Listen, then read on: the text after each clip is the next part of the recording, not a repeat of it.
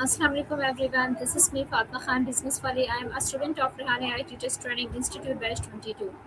So today I'm going to discuss a very important topic which asked me, that is overcoming procrastination.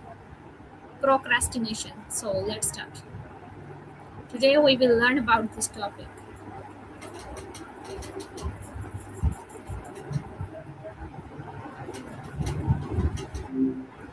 Hey Fatima, how's your afternoon going? Today I discuss to you a very important topic, overcoming procrastination. Oh, nice. Procrastination's the classic struggle, right? What about it specifically are you curious about today? So my first question is this: what is procrastination and why do we do it? Basically, procrastination isn't about laziness. It's usually an emotional regulation problem. We avoid tasks not because we're too lazy to do them, but because they make us feel bad.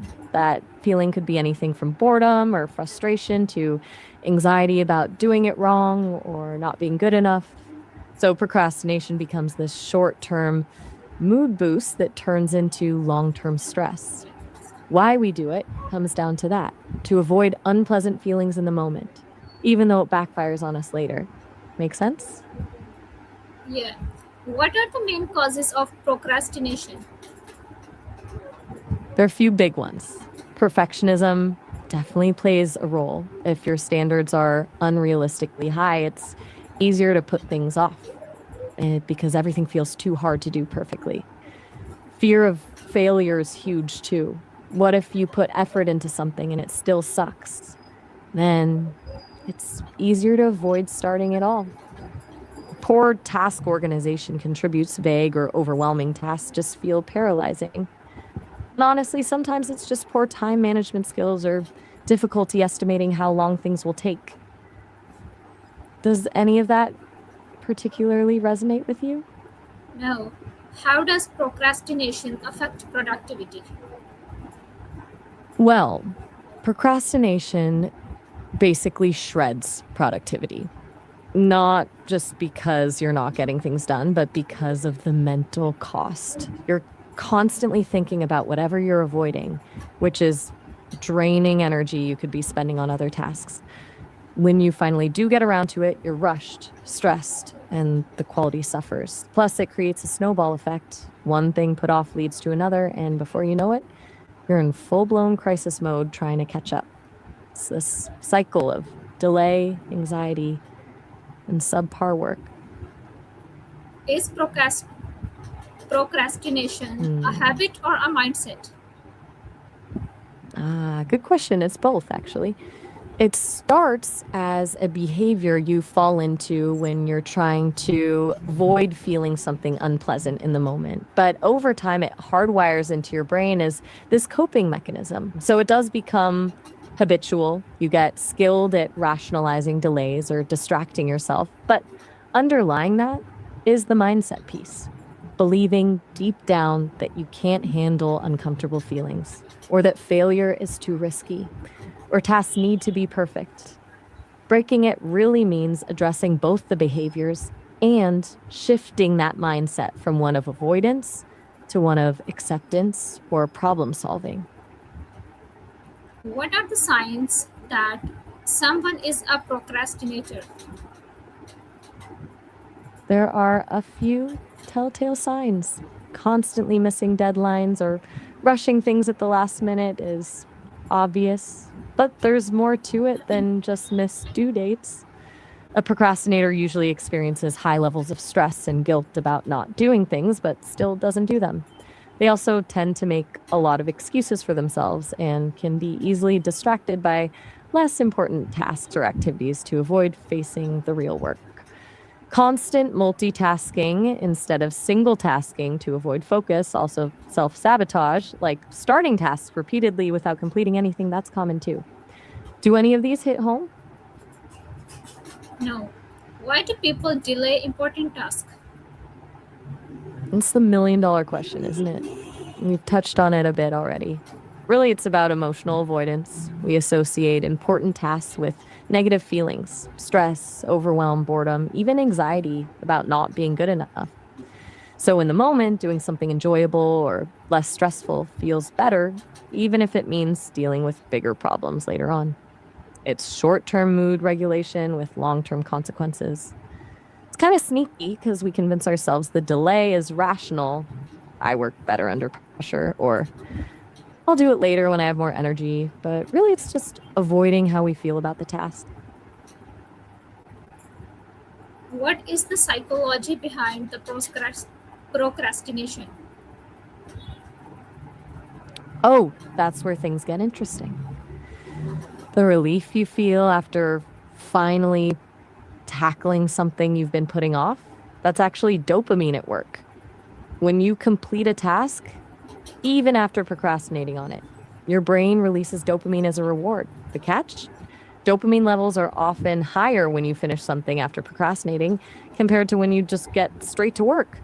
This creates a tricky cycle because it reinforces the procrastinating pattern.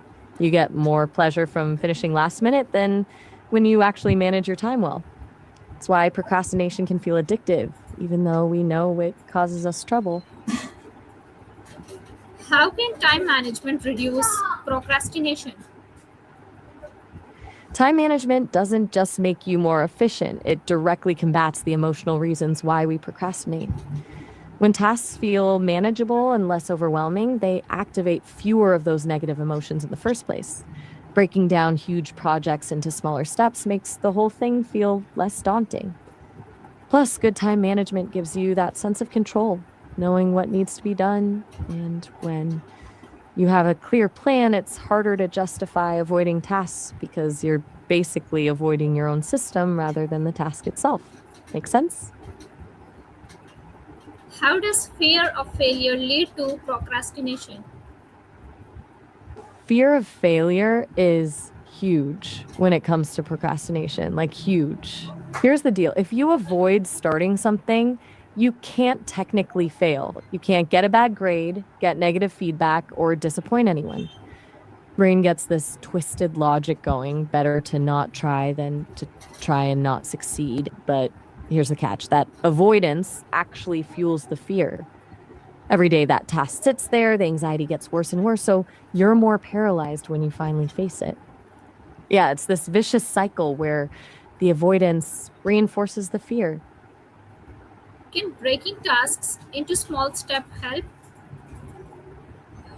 Absolutely. That's the cornerstone of tackling procrastination.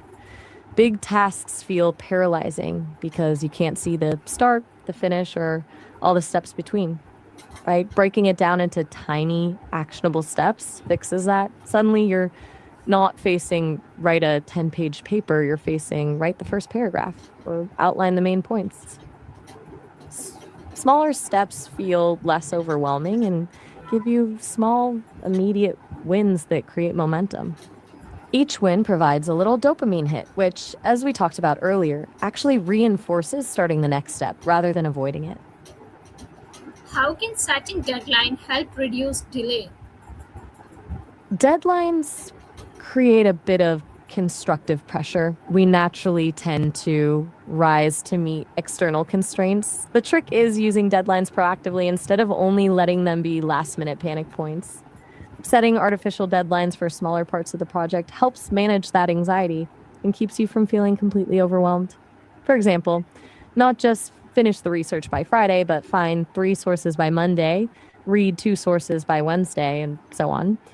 Those mini deadlines break up the project psychologically, making it seem less daunting and easier to start. Okay. Can procrastination ever be positive? That's actually a pretty nuanced idea, and some experts argue yes in certain cases. They call it active procrastination. It's when you put off a task not out of anxiety or avoidance, but because you actually function better under pressure. It's like some people actually make better decisions under a deadline. These people aren't paralyzed by it, they use the pressure to focus. But here's the thing, it's pretty rare. Most people don't actually benefit in this way, they just end up creating more stress and lower quality work.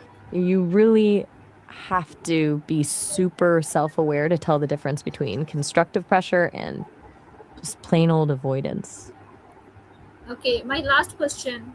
What daily routine reduce procrastination? What I mean, how daily routine affects procrastination. My question is this: what daily routine reduce procrastination? Okay, got it. Routines are huge for this. Starting with a morning routine helps a ton, even just 15 to 20 minutes with some focused work before checking email or social media sets a positive tone. Routines create predictability, which lowers anxiety around starting tasks. You know what comes next, so there's less internal debate. Also, scheduling specific times for tasks, even small ones, makes them feel more real and urgent.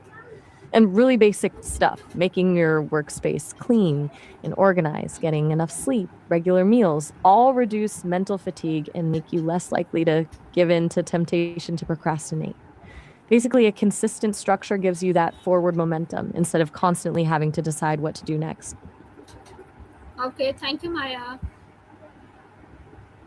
You're welcome. It sounds like you're really thinking strategically about tackling this, and that's the biggest step. So that's all about the conversation. I hope you learned something new in this conversation. Thank you so much, everyone, for listening to me. Allah Hafiz.